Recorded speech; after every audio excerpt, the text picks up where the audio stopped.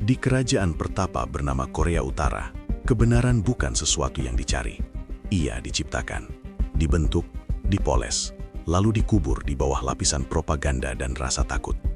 Sebuah ilusi yang dirancang dengan sangat rapi, bukan hanya untuk membingungkan dunia luar, tetapi juga untuk mematahkan semangat siapapun yang berani meragukannya.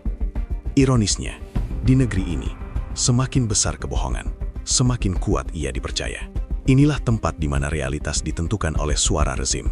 Kota-kota palsu berdiri tanpa penghuni, dibangun bukan untuk manusia, melainkan untuk menipu mata-mata asing. Di sini, seseorang bisa lenyap hanya karena satu bisikan yang salah. Jutaan rakyat hidup di ambang kelaparan, sementara segelintir elit menikmati kehidupan bak dewa, berpesta di istana-istana tersembunyi, jauh dari pandangan. Sedikit sekali yang benar-benar diketahui tentang negeri terisolasi ini, dan lebih sedikit lagi tentang pemimpinnya, Kim Jong-un, seorang diktator yang dipuja sebagai dewa hidup, namun konon terus dibayangi ketakutan akan pembunuhan. Sebuah ironi yang pahit. Sosok yang digambarkan tak terkalahkan, justru menjalani hidup dalam paranoia tanpa akhir. Di balik pagar kawat berduri, terdapat toko-toko kosong yang hanya ada untuk dipertontonkan. Kam-kam penjara luas menahan seluruh keluarga, membusuk bersama kejahatan yang tak terlihat, sekedar pikiran. Warga dipaksa memainkan peran dalam ilusi besar tentang sosialis surga yang makmur. Bahkan ada kota hantu seperti Kijongdong, dibangun khusus untuk memamerkan gedung-gedung kosong ke arah Korea Selatan. Sebuah panggung teater raksasa yang tak pernah benar-benar memiliki penonton. Ironisnya, dunia luar sibuk menghitung misil balistik dan senjata nuklir. Sementara itu, tragedi yang lebih sunyi terus berlangsung setiap hari. Rakyat yang hidup dalam penjara tak kasat mata, di mana propaganda jauh lebih mematikan daripada peluru. Inilah kebenaran-kebenaran mengerikan di balik tirai kediktatoran paling terisolasi di dunia. Inilah rahasia yang tak ingin rezim ketahui. Sebuah sandiwara raksasa, di mana aktor utamanya adalah ketakutan, dan para penontonnya hanyalah bayangan.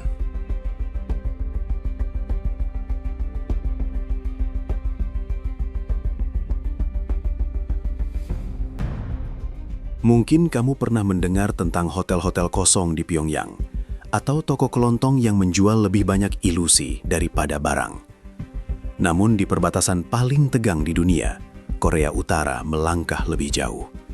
Di sana, propaganda tidak lagi sekadar slogan, melainkan sebuah kota utuh. Sebuah panggung absurd bernama Kijongdong, yang dengan ironi disebut sebagai Desa Perdamaian.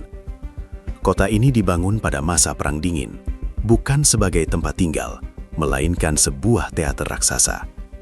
Dari seberang zona demilitarisasi, wilayah yang dipenuhi ranjang darat dan dijaga ribuan tentara, warga Korea Selatan dapat melihat bangunan berwarna cerah, jalanan lebar, dan gedung-gedung yang tampak modern. Sekilas ia terlihat hidup, namun ketika didekati, ilusi itu runtuh. Jendela-jendela dilukis, bukan dipasangi kaca. Lampu menyala bukan karena ada penghuni, melainkan karena pengatur waktu. Jalan-jalan tetap sunyi, tanpa satupun tanda kehidupan. Ironinya, kota yang dijuluki Desa Perdamaian ini justru menjadi alat perang psikologis. Korea Utara berusaha memamerkan kemakmuran, meski yang ditampilkan hanyalah cangkang kosong. Pada masa lalu, pengeras suara di kota ini menyiarkan propaganda setiap hari, lagu-lagu revolusioner, slogan tentang kejayaan, dan janji kehidupan yang lebih baik bagi siapapun yang mau bergabung dengan utopia di utara. Semua ditujukan ke arah Korea Selatan, seolah-olah surga itu hanya berjarak beberapa kilometer. Di tengah Kijongdong berdiri sebuah tiang bendera raksasa setinggi 160 meter, yang pernah menjadi tertinggi di dunia. Bendera Korea Utara berkibar siang dan malam, bukan sebagai lambang persatuan, melainkan simbol ego dan perlawanan. Tiang ini lahir dari apa yang dikenal sebagai Flagpole War, perlombaan absurd antara Korea Utara dan Korea Selatan, seakan-akan ketinggian besi mampu mengukur kejayaan sebuah bangsa. Kijongdong adalah monumen kebohongan, sebuah kota yang tak pernah tidur karena ia tak pernah benar-benar hidup. Ia berdiri sebagai fata morgana beton, bukti sejauh apa sebuah rezim bersedia melangkah demi mempertahankan narasinya. Kota yang dinamai perdamaian justru menjadi simbol ketegangan. Dibangun untuk memikat, namun berakhir sebagai museum propaganda terbuka, sunyi, kosong, dan syarat ironi.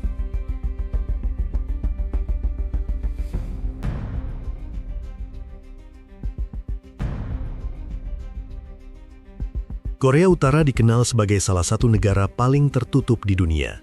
Namun di balik tirai besi itu, segelintir warganya telah memegang ponsel pintar.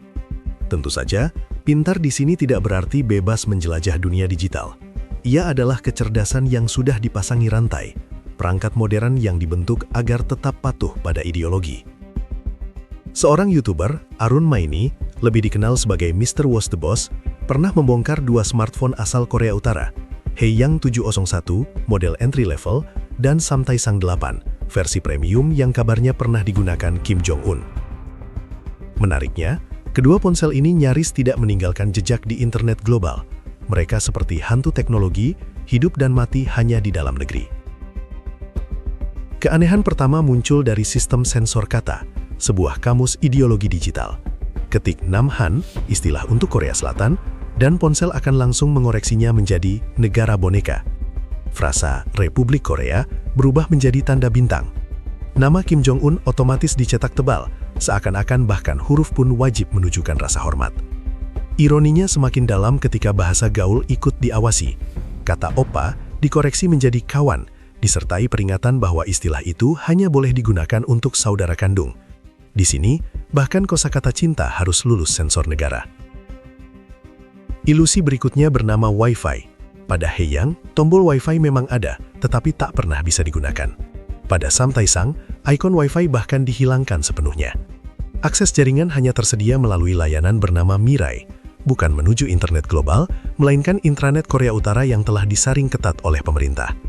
Sebuah ironi digital, ketika dunia berbicara tentang metaverse, Korea Utara membangun Miraiverse, semesta maya yang hanya berisi apa yang dianggap aman oleh rezim. Dari sisi kamera dan sistem operasi, ponsel-ponsel ini kembali menunjukkan kontradiksi. Meski mengusung 3 kamera belakang, kualitas gambarnya buruk, tidak ada lensa ultrawide atau telefoto, hanya sensor makro dan kedalaman. Sistem operasinya pun tertinggal. Haeyang masih menggunakan Android 10, sementara Samtaesang berhenti di Android 11. Ironi lain pun muncul, ponsel yang disebut premium justru terasa seperti museum teknologi. Aplikasi bawaan mempertegas kesan itu.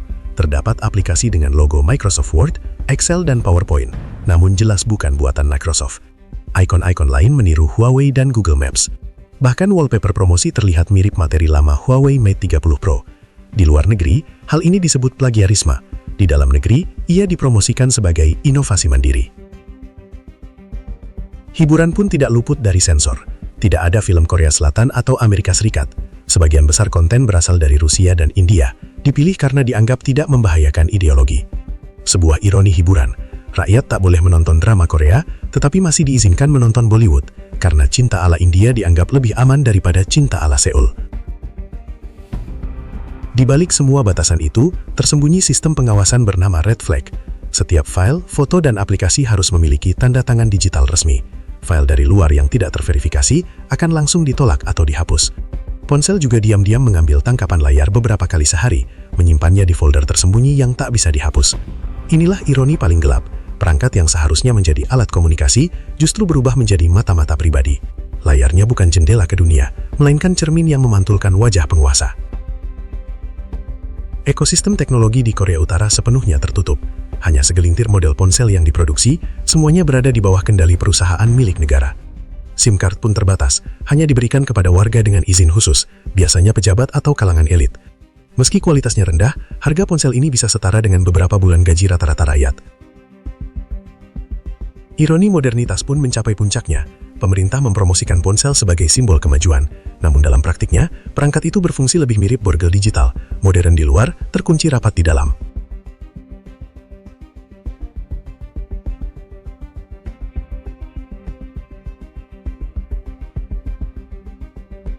Di Korea Utara, ada sebuah rahasia kelam yang begitu terbuka hingga hampir semua orang mengetahuinya. Namun, tak seorang pun di dalam negeri berani menyebut namanya. Ia dikenal sebagai Pasukan Kenikmatan atau Gipeumjo. Lebih dari 2.000 perempuan muda dipaksa menjadi budak seksual bagi kalangan elit rezim, termasuk pemimpin tertinggi. Sebuah ironi yang mencolok. Negara yang mengaku berperang melawan dekadensi Barat justru mempraktikkan bentuk feodalisme paling kuno secara sistematis dan terorganisir. Prosesnya dimulai dengan mekanisme seleksi yang disamarkan sebagai kesempatan. Setiap tahun, sekitar 25 perempuan dipilih secara khusus. Agen-agen rezim mendatangi sekolah dan komunitas, mencari gadis-gadis yang dianggap menarik. Mereka dibujuk dengan janji pekerjaan pemerintah atau hiburan resmi. Namun begitu pintu tertutup, kesempatan emas itu berubah menjadi penjara tak kasat mata. Kesaksian para pembelot menggambarkan pola yang sama. Gadis-gadis ini dibawa ke kompleks terpencil, hidup di bawah pengawasan ketat, kehilangan kebebasan pribadi, dan dipaksa melayani para elit. Ironinya menyayat. Propaganda negara menyebut perempuan sebagai bunga revolusi, tetapi bunga itu justru dipetik paksa untuk menghiasi meja makan para penguasa. Sebagian dari mereka melayani selama bertahun-tahun, hingga akhirnya dinyatakan pensiun. Namun pensiun tidak berarti kebebasan. Mereka diwajibkan menandatangani sumpah bungkam seumur hidup, seolah-olah trauma dapat dihapus dengan tanda tangan di atas kertas. Banyak yang kemudian dinikahkan dengan pejabat menengah atau diberi pekerjaan biasa, tetapi bayangan masa lalu tetap melekat, tak terlihat, namun tak pernah pergi. Ironinya berskala global. Sementara dunia luar sibuk menghitung misil balistik dan mengkhawatirkan program nuklir Pyongyang, penderitaan perempuan-perempuan ini nyaris tak terdengar. Gi Peung-jo bukan sekadar anomali grotesk, melainkan bukti bagaimana sebuah rezim mampu membengkokkan bahkan sisi paling intim dari kehidupan manusia demi mempertahankan kekuasaan. Pasukan Kenikmatan pertama kali dibentuk pada 1970-an oleh Kim Il-sung, konon untuk menjaga kesehatan para pejabat tinggi. Tradisi ini diteruskan oleh Kim Jong-il, yang dikenal memiliki selera eksentrik terhadap hiburan pribadi. Selain dipaksa menjadi budak seksual, sebagian anggota juga dijadikan pengisi pertunjukan musik, tarian, dan hiburan resmi untuk tamu asing. Ironinya kembali terasa, seni yang seharusnya membebaskan justru berubah menjadi alat eksploitasi. Di layar propaganda, Korea Utara kerap menampilkan perempuan sebagai pilar revolusi, berbaris rapi dalam parade massal. Namun di balik tirai besi, sebagian dari mereka dijadikan alat pemuas nafsu elit. Kontras antara citra dan kenyataan itu terlalu lebar untuk disembunyikan, namun terlalu berbahaya untuk diungkap. Pasukan Kenikmatan berdiri sebagai pengingat paling kelam bahwa di Korea Utara, teror sejati bukan hanya misil yang diarahkan ke luar negeri, melainkan penjara tak kasat mata yang dibangun untuk rakyatnya sendiri. Di kerajaan paling terisolasi di dunia, kekuasaan absolut benar-benar merusak secara absolut hingga ke tubuh dan jiwa perempuan muda yang seharusnya dilindungi.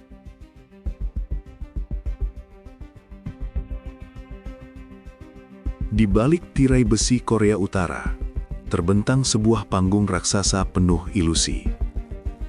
Kota-kota hantu dibangun hanya untuk menipu pandangan. Pasukan khusus dilatih untuk bergerak dalam bayangan. Propaganda mengubah kebohongan menjadi kebenaran resmi. Hingga kebijakan-kebijakan absurd seperti kuota kotoran dan keberadaan pasukan Kenikmatan. Ironinya jelas. Semua ini bukan sekedar kisah aneh dari negeri jauh, melainkan gambaran telanjang tentang bagaimana kekuasaan absolut benar-benar merusak secara absolut. Di sana, kebenaran bukanlah apa yang benar-benar terjadi, melainkan apa yang diperintahkan untuk dipercaya. Dan ketika dunia bergerak menuju keterbukaan, Korea Utara justru memilih hidup sebagai teater tertutup. Tempat rakyatnya dipaksa menjadi aktor dalam drama yang tidak pernah memberi mereka jalan keluar dari panggung. Inilah wajah asli kerajaan bertapa.